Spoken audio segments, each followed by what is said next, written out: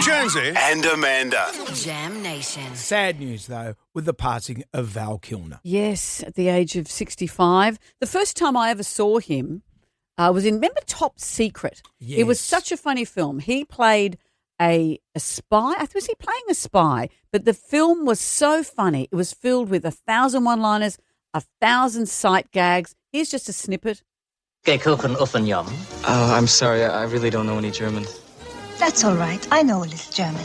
He's sitting over there. Yeah, the So little German. good, a little German dwarf person. I thought that was gold. That movie was hilarious, and it had all those sight gags where someone's looking through a magnifying glass and their eye is enormous and actually takes the magnifying glass away and the eye is actually just enormous. That stuff has been done. It was a bit of a poor man's Naked Gun. But it was before Naked Gun. No, but Police Squad was before, which begat Naked Gun. Yeah, well, this is, you went to the cinema and you laughed your head off. Those were the days. That's the first time. Yeah. But obviously he went on, he's a very brooding, serious actor, and it wasn't easy for everyone to work with. I know that Frankenhammer, who worked on the island of Dr. Moreau, has said there are two things I will never do in my whole life. The first is climb Everest. The second is work again with Val Kilmer. He was difficult. So he wasn't an easy man. But he did very well. What about him as his star turn as Jim Morrison in the movie The Doors? He was great in that. Everybody in. The ceremony is about to begin. He was so good in that. He learned to sing. A year learning to sing like Jim Morrison. I'm going to watch that movie again because apparently I was trying to look for it. In it, Meg Ryan, there's a scene, but she breaks character and she calls him Val by accident instead of calling him Jim. And they left it in. Because they didn't notice? I just thought that the scene was so good they thought, oh, no one else would notice. Yeah, the fool's gone and called him Val. They didn't know about YouTube back then. He was great. What about Batman? He was in Batman. Oh, you forget about that. Wait. I have a riddle for you. Is that him? Really? He was after Michael Keaton. And Jim Carrey. I see without seeing. To me, darkness is as clear And as Nicole day. Kidman was in it as well as Professor something or other.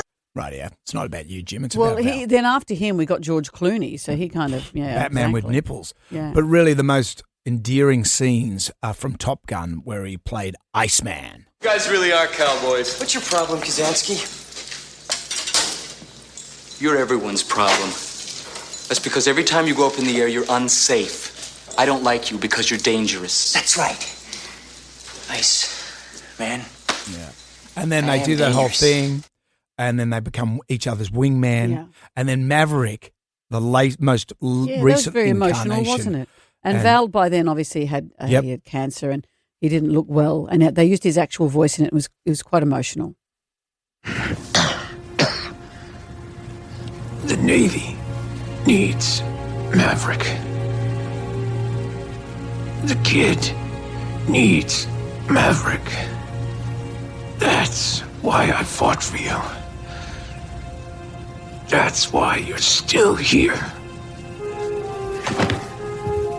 Another man hug. Thank you, Ice, for everything. One last thing. Who's the better pilot? You or me? This is a nice moment. Let's not ruin it.